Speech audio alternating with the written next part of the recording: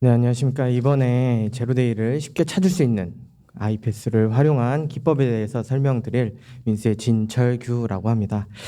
사실 2021년도에 강연할 때 제로데이 키워드를 조금 설명을 드리고 싶어서 윈스에서 2020년도에 찾았던 제로데이들을 조금 추려봤습니다. 근데 안타깝게도 그 제로데이가 발견된 벤더사에서는 공개를 원하지 않아서 저희가 제로데이를 어떻게 찾았고 어떻게 흥미로운 그 기법들을 소개를 해드리고 싶었는데 이 자리에서는 그러지 못한 점 굉장히 아쉽게 생각을 합니다. 그래서 저번에 이지스에게서 발표했을 때 그 누구나 할 수 있는 그런 컨셉을 가지고 강연을 했었는데 2021년도에도 누구나 할 수 있는 제로데이 찾는 기법을 조금 소개해 드리려고 합니다. 사실 여기 강연하시러 오시는 분들이 되게 굉장히 많은 경력과 스펙을 가지고 계셔서 어렵기도 하고 좀 깊이 있는 기술들을 많이 소개를 해드리는데 이번 세션에서는 조금 가볍게 들을 수 있는 정보들로 준비를 했으니까 조금 가볍게 들으실 수 있도록 하시면 될 것 같습니다. 어, 사실 누구나 할 수 있는과 제로데이는 사실 같이 쓸 수 없는 단어라고 저는 생각을 합니다. 제로데이 같은 경우에는 굉장히 좀 깊이 있고 좀 전문적이고 또 오랜 시간을 투자해야지만 발견할 수 있는 제로데이고요. 그리고 누구나 할 수 있다는 거는 진입 장벽도 좀 낮고 뭐 말 그대로 조금만 보안의 정보를 알 수 있으면 할 수 있는 단어라고 생각을 합니다. 하지만 이 두 개를 같이 붙였다는 것은 사실 말이 안 되는 방법일 수도 있지만 오늘은 좀 그 방법에 대해서 소개를 하려고 합니다. 저 계란 그림을 좀 붙여놨는데 계란을 세우기가 되게 어렵지만 또 깨트려서 세우면 쉽다라는 거 그 일화를 알고 계실 거라고 생각을 합니다.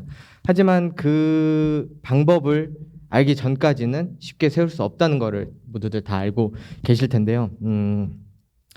만약에 이 강연이 끝나고 돌아가시면서 아이패스로 제로데이 찾는 게 어렵지 않네.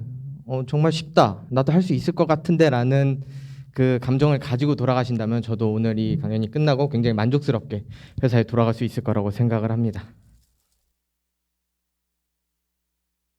제로데이를 발견하는 거는 2020년도 윈스 기준으로 꽤나 많은 제로데이를 발견을 했습니다. 제로데이라는 건 사실 공격이 시작되고 벤더사에서 패치가 진행되기 전까지의 그 기간을 흔히들 알고 계시는데요. 우리가 스스로 제로데이를 발견을 해서 그것을 패턴으로 만들고 혹은 방어를 한다면 엄청난 영광을 가지고 있겠죠. 하지만 단점이 하나 있습니다. 그 공격을 전 세계 사람들이 아무도 모르기 때문에 탐지가 되는 경우가 거의 없습니다.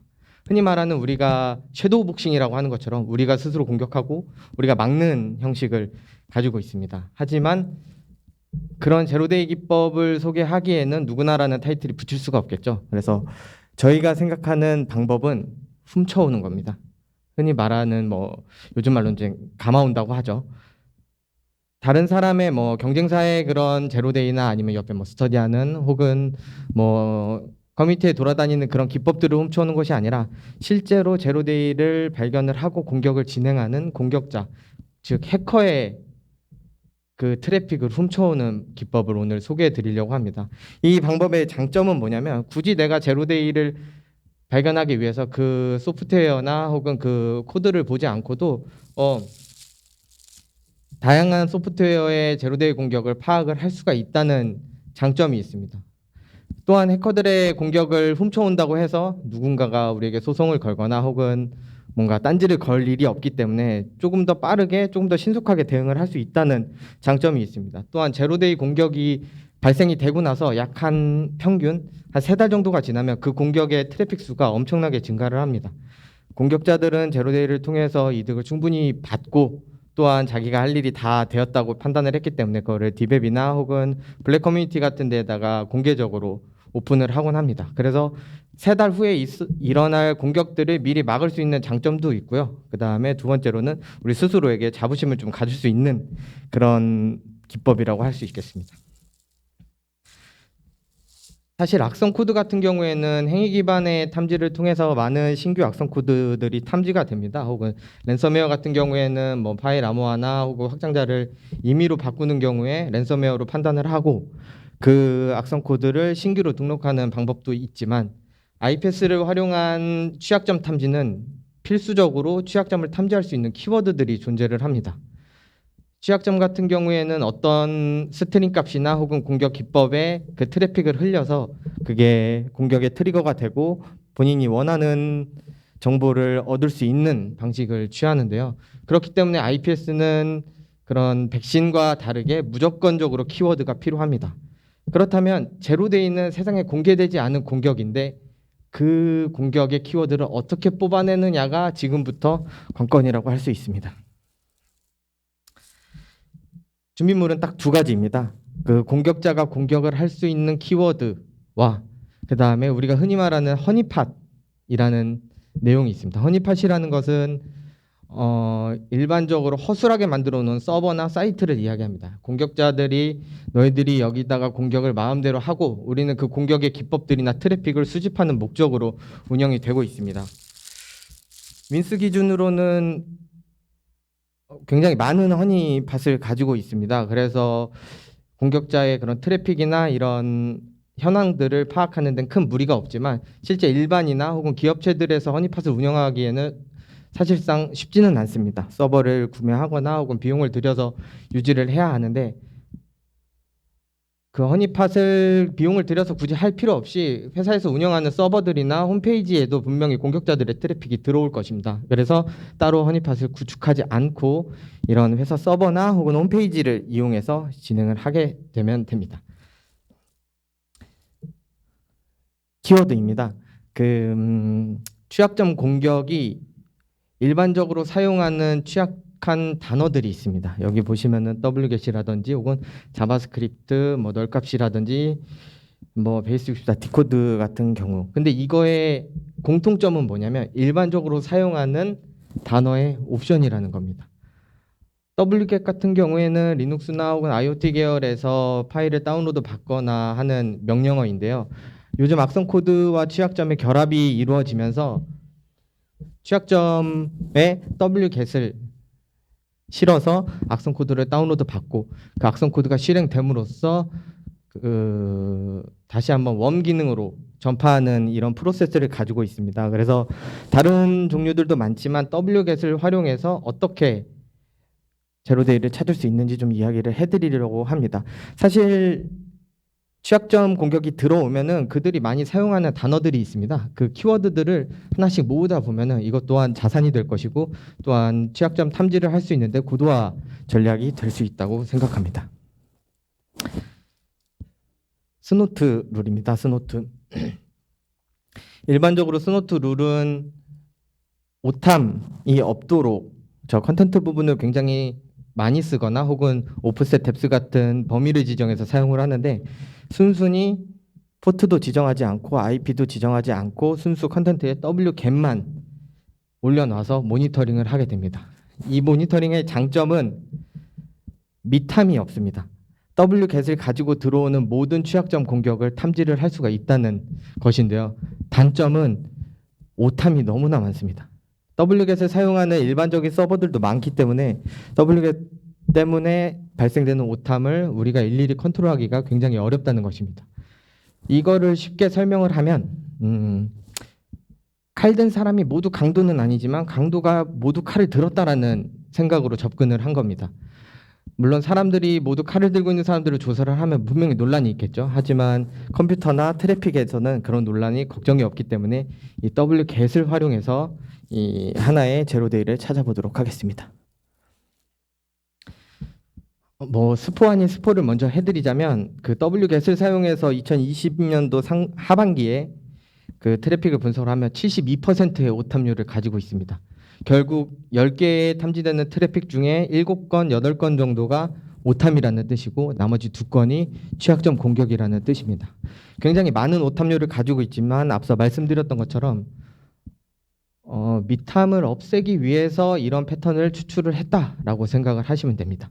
자, 그 다음 두 번째 2%는 wget을 활용을 해서 우리가 탐지된 취약점 공격이 약 한 250건 정도가 존재를 합니다. 그 탐지되는 로그 수가 아니라 취약점 공격이 250종류가 되는데 그 중에 약 2건, 2% 정도, 한 13건 정도가 제로데이로 탐지가 됩니다. 결국 수많은 트래픽 중에 정탐을 찾아내야 되고 그 정탐 중에 또 제로데이가 2%밖에 안 된다는 거는 굉장히 비효율적인 공격이 비효율적인 방법이라고 할 수는 있겠지만 이런 방식이 쌓이고 쌓이다 보면은 이 퍼센테이지는 점점씩 올라갈 것으로 생각이 됩니다.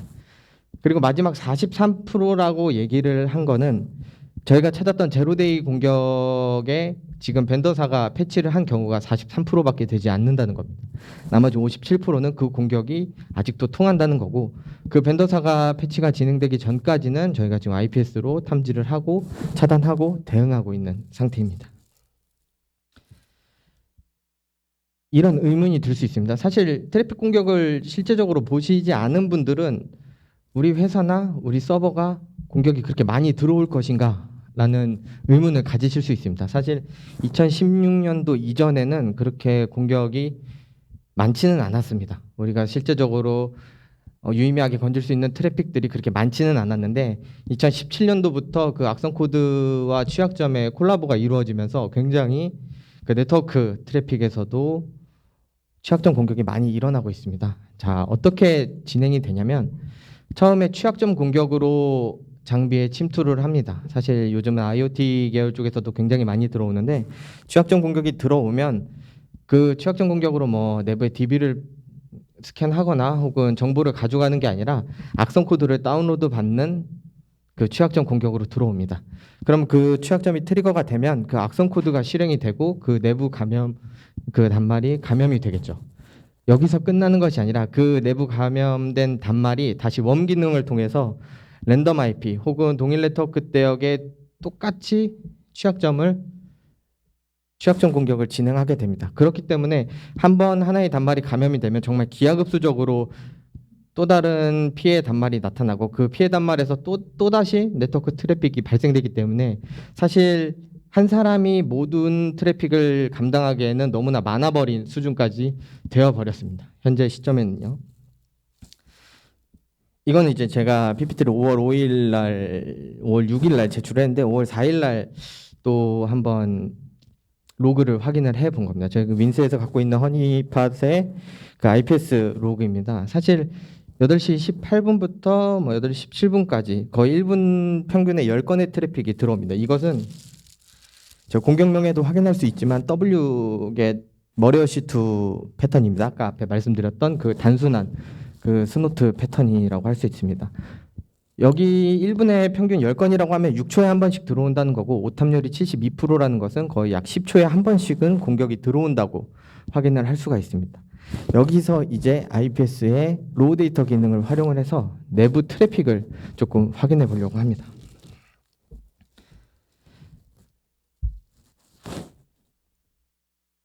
로우 데이터는 내부 트래픽의 단일 세션을 확인할 수도 있고 풀 패킷을 확인할 수가 있는데 대부분 공격은 단일 세션으로 들어오기 때문에 저는 이제 단일 세션으로 확인을 했고요.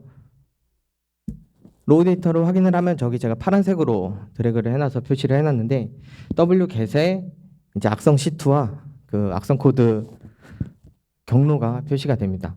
결국 이 취약점이 트리거가 되면 저 악성 코드 C2에 있는 머리어를 다운로드 받아서 실행을 하고 저 악성 코드에 있는 또 다른 취약점이 동일 네트워크나 혹은 랜덤 IP로 전파를 하는 개념으로 요즘은 많이 유포가 되고 있고요. 뭐 미라이 본넷이나 혹은 뭐 사토리 같은 요즘 그런 본넷이 유행을 하기 때문에 저런 또 악성 코드들도 유행을 많이 타거든요. 그래서 저런 코드들이 많이 나오고 있습니다. 그래서 이거는 라우터 RC 취약점이고요. 뭐 그 다음 트래픽은 똑같습니다. wget을 이용해서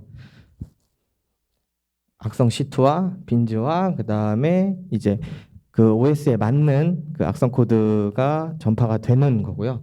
저것이 이제 경로와 그 다음에 실행, 그 다음에 권한을 다 부여해서 똑같은 형식을 진행을 하고 있습니다.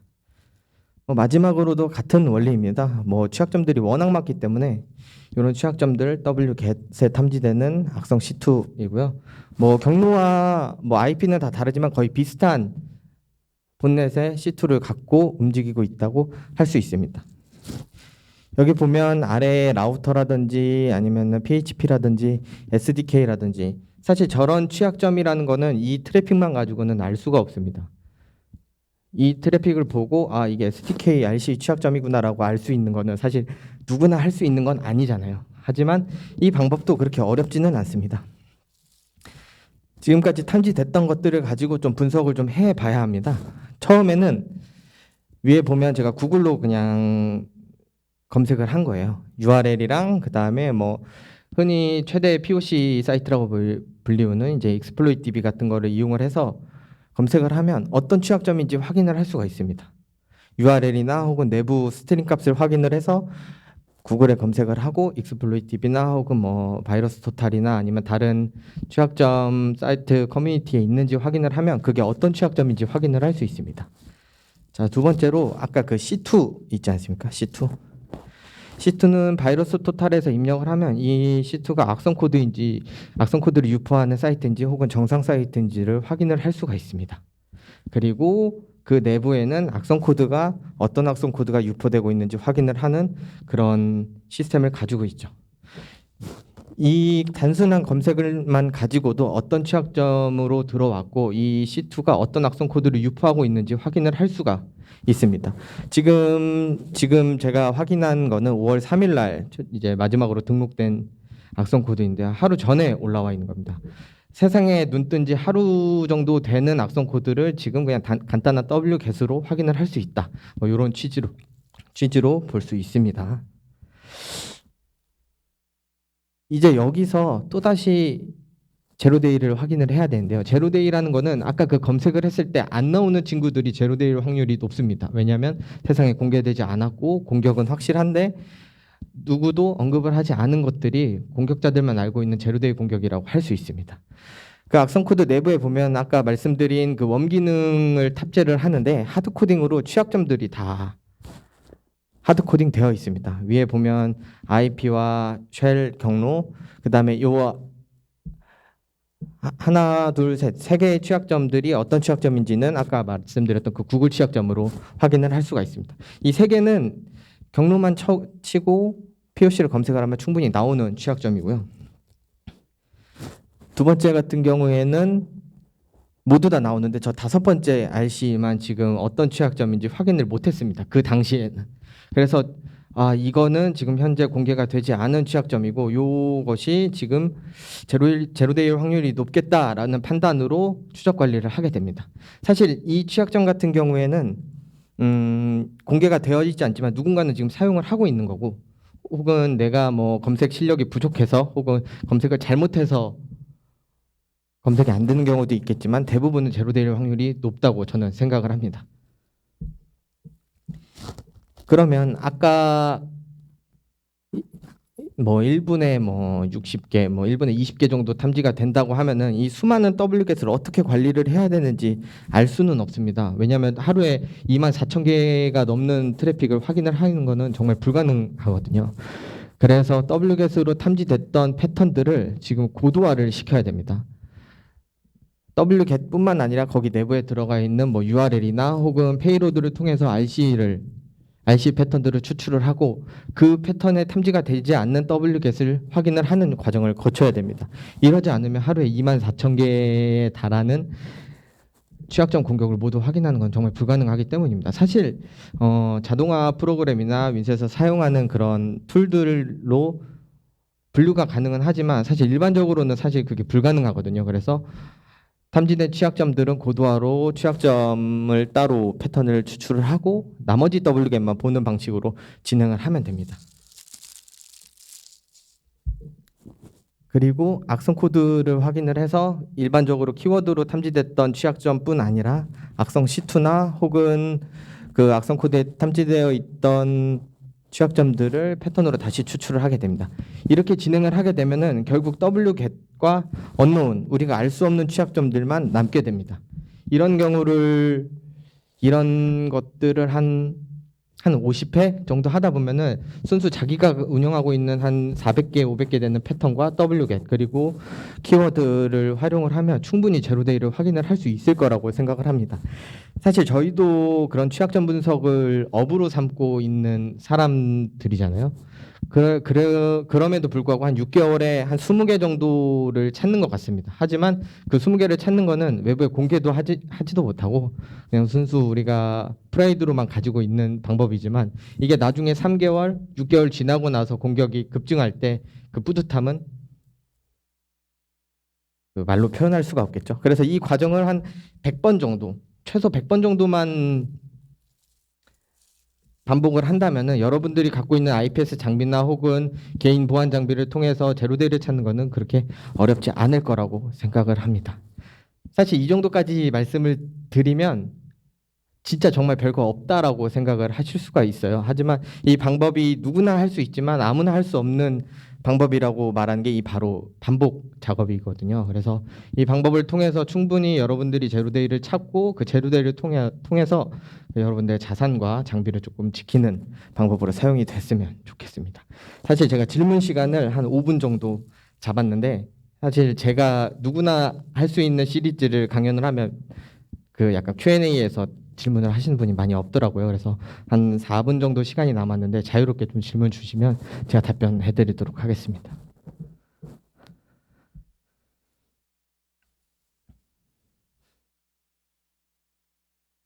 아, 예.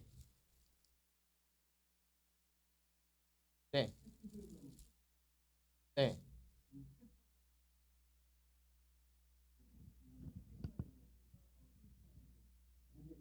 네, IPS 기능 중에 로우 데이터라는 기능이 있습니다.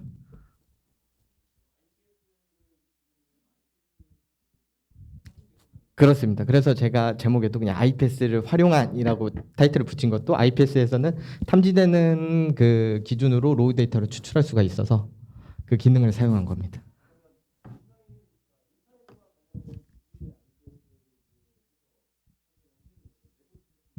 그렇습니다. 내부 트래픽도 감염된 단말이 있으면 충분히 탐지가 가능한데 일반적으로는 그 말씀하신 인터넷이나 혹은 실망에서 운영을 하고 있습니다. 네. 네. 아, 키워드요. 키워드가 제가 이게 꽤나 많은 키워드가 있지만 사실 제일 많이 사용되는 것 중에 몇 가지만 추려온 겁니다. 사실 파워쉘 같은 경우에는 요즘 윈도우 악성 코드가 많이 없기 때문에 윈도우를 겨냥한 취약점 악성 코드가 없기 때문에 많이 사용은 안 되고요. 거의 wget이 뭐 말 그대로 장사가 제일 잘 되는 키워드라고 할 수 있습니다. 네, 또 추가 질문 있으십니까? 네, 고생하셨습니다. 돌아가는 길에 요 뭐 별거 아니었다라는 기분이 들 수 있도록 제가 잘 이야기를 했다고 생각을 합니다. 네, 강연 들어주셔서 감사하고 네, 요 강연 이걸로 마치도록 하겠습니다. 감사합니다.